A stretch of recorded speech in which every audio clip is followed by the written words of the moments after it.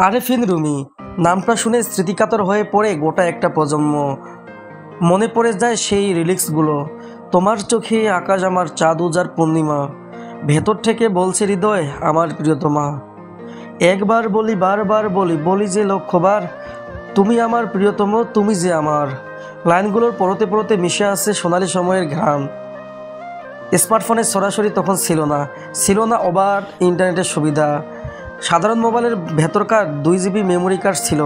আরফিন রুমির গানগুলো যেন আরফিন রুমি একটা প্রজন্মকে সুরের মঞ্চনায় ভাসিয়েছেন। সেই আরফিন রুমি নিজের প্রতিভাকে পায়ে ঠেলে নষ্ট করেছেন। একাধিক বিয়ের কারণে ব্যক্তিগত জীবনে ভারসাম্য না থাকার প্রভাব পড়েছিল সঙ্গীত জীবনেও।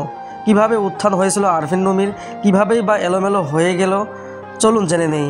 আরফিন রুমির জন্ম 1987 সালের 23 সেপ্টেম্বর ঢাকার মোহাম্মদপুরে। ছোটবেলায় তিনি তার মায়ের কাছ থেকে গান শিখিয়েছিলেন। তিনি পড়াশোনা করেছেন ঢাকার সরকারি মুসলিম উচ্চ বিদ্যালয় এবং সোহরাওয়ার্দী কলেজে পড়াশোনাকালীন তিনি একাধিক ক্রিকেট ক্লাবের হয়ে 22 গজে দাপিয়ে বেরিয়েছিলেন।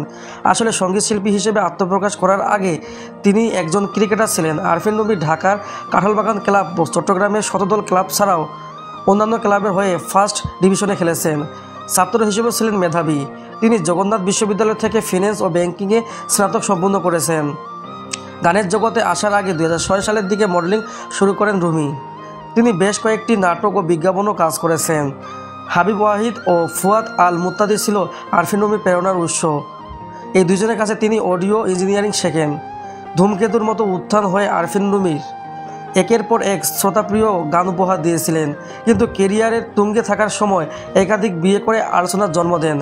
গান গাইতে গিয়ে 2018 সালে গায়িকা লামিয়া ইসলাম অনন্যার সঙ্গে তার পরিচয় হয়।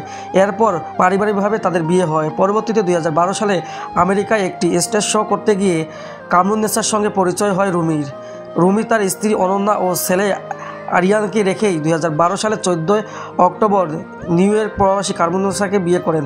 তার প্রথম স্ত্রী থেকে অনুমতি নিয়ে দ্বিতীয় বিয়ে করেছিলেন তিনি। বিয়ের পর 2 স্ত্রীর সঙ্গে নিয়ে রুমির ছবি ফেসবুকে আপলোড করা নিয়ে ব্যাপক সমালোচনা হয়। বিয়ের বছর খানেক মাথায় রুমি কামরুন্নেসার কোলজোড়ে আসে পুত্র সন্তান আয়ান।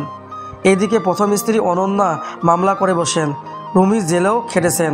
এত কিছুর মধ্যে 2011 থেকে 2013 সাল পর্যন্ত অনেকগুলো গান দর্শক মহলে সাড়া ফেলেছিল। এখন পর্যন্ত তার 30টিরও বেশি অ্যালবাম মুক্তি পেয়েছে। তবে নানান অঘটনে গান থেকে দীর্ঘ বিরতিতে থেকেছেন। 2016 সালের জানুয়ারিতে দ্বিতীয় স্ত্রী কামরুন্নেসাকেও তালাক দেন রুমি। কামরুন্নেসার বেপরোয়া চলাফেরা ও কাউকে তোয়াক্কা না করা সহ আরও নানা কিছু কারণে রুমি তাকে তালাক নোটিশ পাঠিয়েছিলেন। দীর্ঘ বিরতির পর 2019 সালে নতুন চমক নিয়ে আবারও হাজির হন আরফিন রুমি। টানা 10 দিনে 10টি নতুন গান প্রকাশ করে শ্রোতাদের চমকে দিয়েছিলেন তিনি। আরফিন রুমির প্রত্যাবর্তনের ব্যাপারে অনেকে নিশ্চিত হয়ে যায়, কিন্তু সেই রুমি দেখা পরে আর মিলেনি, হয়তো মিলবেও না। সম্প্রতি আরফিন শুভর অমর সিনেমার এর মাধ্যমে 6 বছর পর প্লেব্যাক করেছেন আরফিন রুমি। ভক্তদের শুধু একটাই চাওয়া, সব কিছু ছেড়ে আরফিন রুমি আবার গানে মনোযোগ দিক।